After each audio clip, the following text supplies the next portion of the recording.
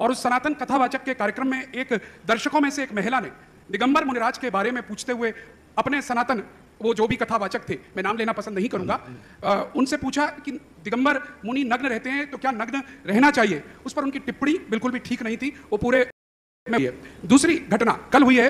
एक प्रवचन सभा चल रही थी दिगंबर मुनिराज की एक शहर में, और एक मुस्लिम महिला चिल्लाती हुई मंच पर पहुंची और उसने भी दिगंबरत्व को चैलेंज किया। हालांकि गुरुदेव, मैंने बहुत पहले आपकी एक पुस्तक दिगंबर क्यों और कैसे पढ़ी हुई है, लेकिन आज मैं चाहता हूं इस मंच के माध्यम से एक संदेश हम पूरे देश में भेज सकें, दिगंबर क्यों और कैसे। देखो, दिगंबर धर्म मात्र जैनियों का नहीं है। दिगंबर धर्म एक कोई संप्रदाय नहीं है, दिगंबर कोई मत नहीं है। दिगंबर एक जीता जागरा जीवंत दर्शन है। और यह दिगंबर धर्म जो है एक ऐसी कड़ी है, सनातन धर्म में भी दिगंबरत्व की महत्वता है।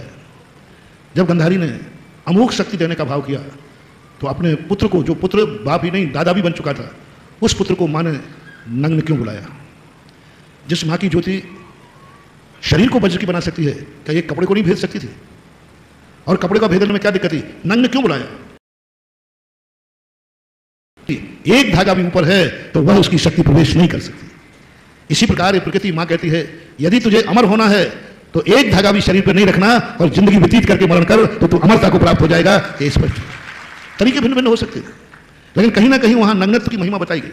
नग्नत्व को वहां स्वीकार किया गया है अमोघ शक्ति के लिए। अब जिस संप्रदाय की तुम बात करते हो, वहां भी अंत में यही होता है, गांठ लगा के मत पहनो।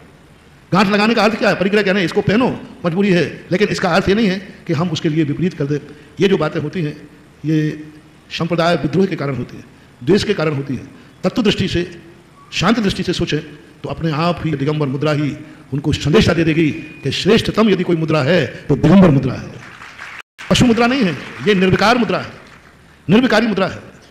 नग्न होना अलग चीज़ है और दिगंबर होना अलग चीज़ है। जब दिगंबर की पूरी परिभाषा पढ़ोगे तो आप यही कहोगे कि दिगंबर वो है जो बालक के समान, जैसे बालक दिगंबर होता है उस पर कोई प्रकृति विकल्प नहीं करता, ऐसे ही मुनि महाराज भी बालकवत होते हैं, उन पर विकल्प करना ही नहीं चाहिए।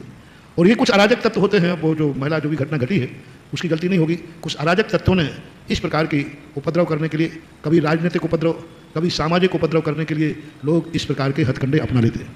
कैसे सरकार को बदनाम करें? देखो, तुम्हारी सरकार में तुम्हारे जैन धर्म पर जैनियों के लिए ये संकट आ रहा है, तो कई बार राजनीतिक लोग ऐसा अवसर उठा लेते हैं, कई लोग समाज में विद्रोह होने के कारण ऐसा कर लेते हैं। तो ये किसी न किसी अराजक तत्व की, विद्रोहियों की घटना है।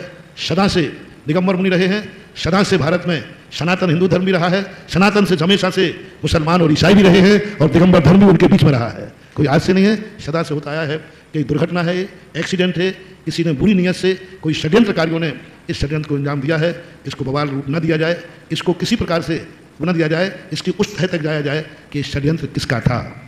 कई बार लोग हल्ला करने के लिए किसी किराए को लेकर शराब पिला के कहते जाओ सभा में वहाँ जाके गालियाँ बको। अब वो व्यक्ति कुछ मालूम नहीं, उसको शराब पिला दी तो आगे हंगामा खड़ा कर देगा। तो आज ये भी चलता है, हम समझें कि इसका रूप क्या है। किसी अच्छे व्यक्ति ने, किसी प्रतिष्ठित व्यक्ति ने, किसी योजनाबद्ध तरीके से किसी मीटिंग में पास करके कोई कदम उठाया हो, और ऐसे कदमों पर अपन भी मीटिंग करके उसका खंडन करने की हिम्मत रखते हैं। किसी एकाध व्यक्ति ने उठाया हो तो ये व्यक्तिगत और एक षड्यंत्रकारी है।